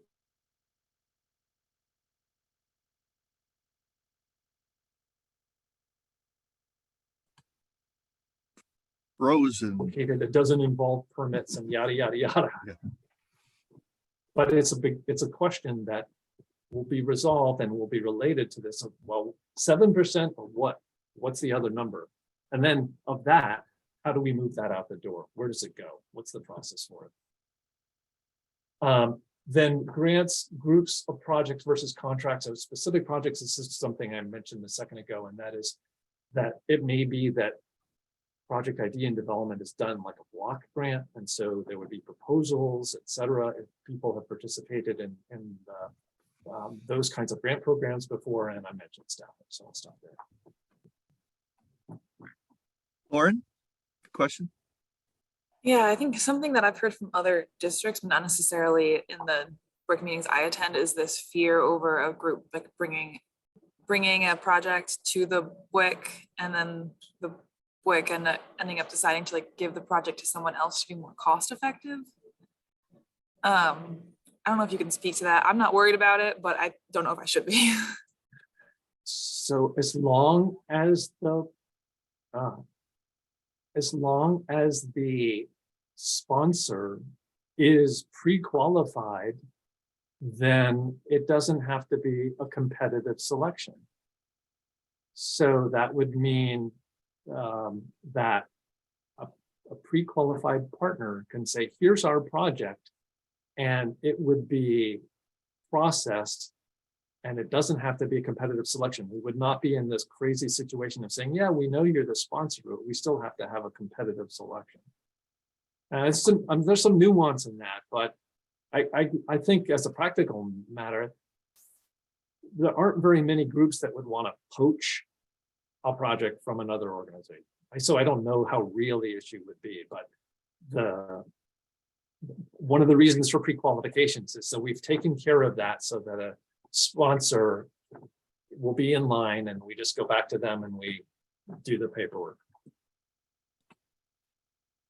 So I see Erin has her hand up. I just wanted to ask you though, quick, Dean, how long do you think it would take for you to introduce the new project input form? How much time should we allot for that? I mean, I think a lot of people are familiar with it, but I can go through that in 5 minutes. Okay, great. Okay, Erin, you're up. Hi, I just remember that we did go through a pre-qualification round. I just completely forgot about that. I was like, what? Oh, wait, pre-qualification, but sponsor, is the sponsor the person who was pre-qualified? Like Vermont River Conservancy, we applied to be pre-qualified. What does sponsor mean? I don't think I've caught on to that. Yeah, I'm referring to the sponsor as the party that is submitting the application that says, hey, here's our project idea. We have this project. And that could be Vermont Rivers Conservancy. Okay. Thank you.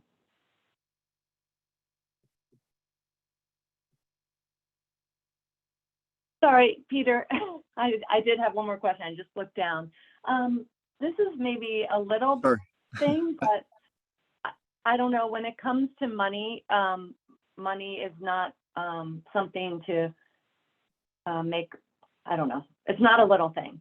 So I had heard in the past that each council through the QUISP would, each voting member would be receiving, you know, small stipend for participating in these meetings and, you know, kind of doing some thinking behind prior to meetings about the work that we have. And so has anything been sorted out with that? I think it was like, I heard $50 an hour or $50 a meeting or something like that. And again, it's not a little thing, but you're talking about project delivery or this project delivery administrative costs for the QUISP, but the QUISPs are also helping the council with things, and the council members are helping the QUISP. So thanks. So yes, and unfortunately, the getting the final I's dotted, T's crossed has been a little bit of a casualty of some of these other things. But yes, $50 per hour, assuming 2 hours per meeting, at least quarterly. That is established. However, that's the floor, and the QUISP will, our intention as a QUISP is to go beyond that floor, but it's one of those things where it's part of this QUISP budgeting holdup, and it's been a small piece of something that ideally would have been resolved, but hasn't been because we just haven't pulled it out. But what I have encouraged people in the past who I've talked with specifically about this is log your time, and then at some point it will. But the thing I can tell you is that yes, as a council member, and I guess a little bit dicey or more gray with alternates, but you are entitled at the very least to the $50 per hour times 2 hours, at least quarterly. That's the floor. But since we are meeting twice every other month, and we met more before, we're just going to need to be budgeting on our end for that. And then we will also, Catherine has said, we'll be budgeting for the alternates. Now, I will just also do a quick aside, and that's some organizations already have received funding from the DEC to pay for the time. So it won't be everybody. And that's why it's a little bit complicated to know who has these arrangements and already gets paid to be here, yada, yada. But those that do not have those agreements, log your time, and I'm putting that on the list of topics for the January meeting so that it's more firm. But yes, the money will be coming. All right, Jed? Yeah, so I'm not sure I understand this notion of pre-qualification versus prioritization. Can you just comment on that? It sounded like certain groups or certain projects already had established, through pre-qualification that it didn't have to go through the prioritization process. So I'm not clear about it. Okay, it's certain groups will be able to suggest a project, and if that project scores very high, they will be able to move forward with that project without having to compete through a competitive selection process, a competitive procurement process. So it's not that by being pre-qualified, you avoid prioritization. No. If you're pre-qualified, you still have to have a project go through prioritization. The thing that is avoided is competitive procurement, which is an aspect, anytime you spend federal government money, you're usually looking at a situation where you have to do a competitive selection. And pre-qualification helps avoid that in the case of these pre-qualified organizations. It's a little bit different when we talk about pre-qualification for engineering firms and contractors, but we'll just push that off to the side and keep focused on organizations or the sponsors of projects. They don't avoid prioritization, but they do avoid competitive procurement. But are the boards involved with the pre-qualification process? No, the pre-qualification process is something that has been, it's in the realm of the quiz. And I will just mention that we did the announcement for partners. I can show the schedule, and we haven't sent the emails out, but we have concluded that process. So those organizations that applied have been pre-qualified. We must do it at least every year. So if someone was not part of it this year, they can be part of it next year. And it's likely that we will try to sync it up with the fiscal year. So it may be that it happens not in October, but it may happen in July. So it may not be 12 months before the door opens again for pre-qualification. Is there a cap? Is there a cap on that pre-qualification? I mean, a cap on the number of projects that can be pre-qualified? So the projects are not pre-qualified. The organizations are pre-qualified. Okay. All right. Thank you. So we're at 10:57. Megan, I see your hand is up. Quick question, and then we'll move on to the last item. Go ahead, Megan. Yeah, just a quick follow-up to that. So for the organizations that are pre-qualified and bringing projects to the quest, is there going to be like a separate, more simplified application process for them to fill out about projects if they're not going through that, say, competitive process? I would answer that by saying, I don't think it's going to be a different application process, because even if a party is not pre-qualified, they must have the opportunity to apply as well. And we would want to use, I think for equity, we would want to use the same application for everyone. It's just that if that non-pre-qualified organization submits an application, they're going to be scrutinized when it comes, if the project they want to have done is selected, they won't automatically get to go forward with it. So the application form, short answer is, I think it will be the same. Okay. Okay, so we have a couple minutes. I mean, obviously, we're going to go over possibly a bit, so not too much, I'm hoping. Dean, you want to do a quick one on the next bullet? Sure, and this need not take long because I'm sure many of you have already worked with this. Excuse me.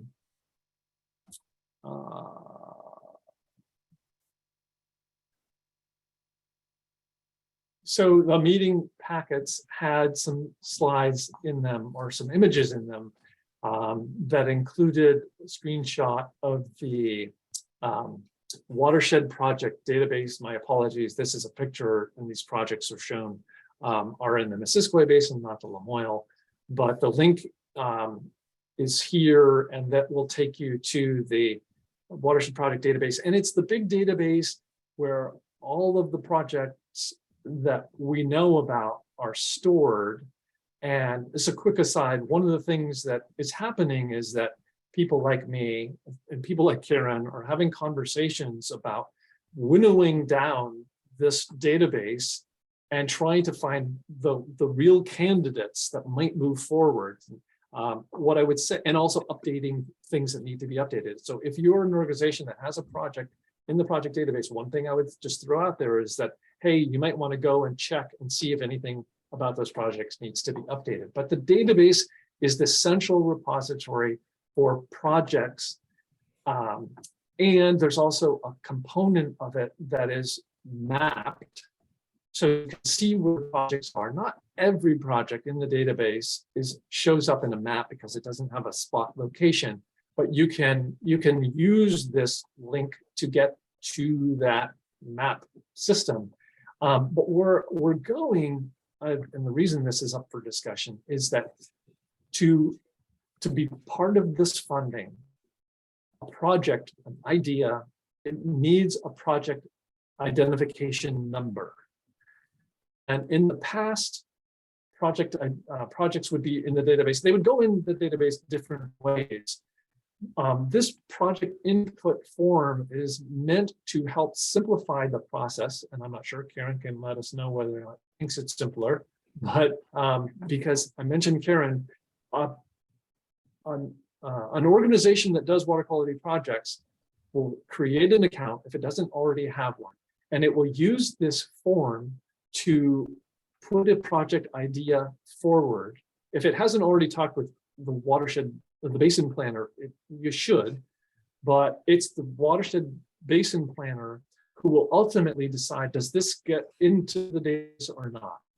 And it's vital because to be eligible for QUISP funding, a project has to have a project ID. So that's the bottom line. If you have an idea for a project, then start investigating the possibility. If it's not already in the database, then investigate the possibility of getting it in the database by talking to Karen, the basin planner, talking to me, or checking it out yourself, because it's not horribly complicated to do that. I think in the interest of time, I won't go to the live version, but you can create an account and then ask you a question. Is it already approved for funding? And you get these simple questions, yes, no. There is a guidance, a user guide for it if you would be helped by that, if you are the kind of person that reads the manual, and this will be in a follow-up email, but the link for it is here. I will stop and answer questions. Karen's got her hand up, so maybe she's gonna help. Yeah, go, Karen. Yeah, I was just going to emphasize that in terms of the water projects database numbers, each phase of the project needs a number. So if you have a number for the 30% design and you're now looking for a grant to do the 90% design, you need a new number, but you'll be able to connect it to the previous number in the application or in this end form. And then with the end form accounts, I think if you have an account, you've been using end forms for other things, outreach, education and outreach, or with for grants, I think you just use the same account. Yes, that's right. If you have used ANR Online and you have one of those accounts, you would just be signing in. If you can see my pointer here, I'm not sure if you can, but you would sign into that. And then if you use that link, you'll be all set. But if you use that link and you don't have an account, you will need to create an account in order to fill out the form. Yeah, I know I personally have a lot of updating to do there. Karen, I might be reaching out to you regards to that. And you mentioned the updating. This is the project, the new project input and form. DEC is also has been working on, and is, I think, close to announcing a separate form that will be used for updating. And so I will update people on that. This is not a form to update an existing record. It's for creating a new one. But this project update form will be one that, when it's live, will help people update projects. Thanks for clarifying that, Dean. Okay, it's 11:04. I would suggest that we someone make a motion to adjourn the meeting.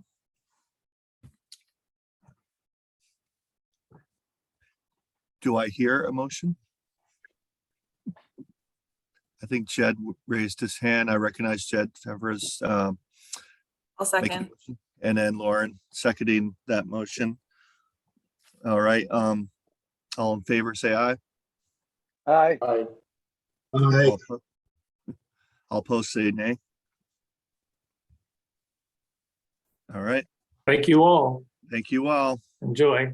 Take care. Thank you. Have a good day.